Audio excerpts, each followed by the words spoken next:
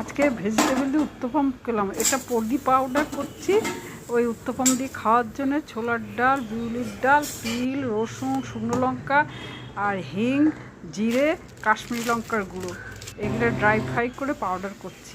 আর batter করছি সুজি 1 cup, half cup দই, নুন 1 চামচের মতো, চিনি আর লঙ্কা, আদা আর একটু পদি পাউডার দিয়েছি হাফ চামচের মতো, দিয়ে ব্যাটার তৈরি করছি। আর ভেজিটেবল যেটা উপর থেকে ছড়াবো সেটা পেঁয়াজ আমার কাছে যা ছিল তাই দিয়ে করছি। পেঁয়াজ আর লাউ গ্রেট করে জলটাকে স্কুইজ করে নিয়ে আর তাতে একটু পদি পাউডার, নুন, লঙ্কা এসব মিশিয়ে উপর থেকে ছড়িয়ে দিয়েছি।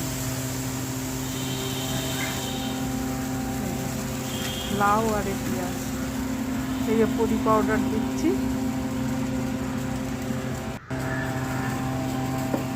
ওপর থেকে ছড়িয়ে দিয়েছি। আর একটু পাউডার দিলাম, পদি পাউডার, এই যে তৈরি হয়ে গেছে।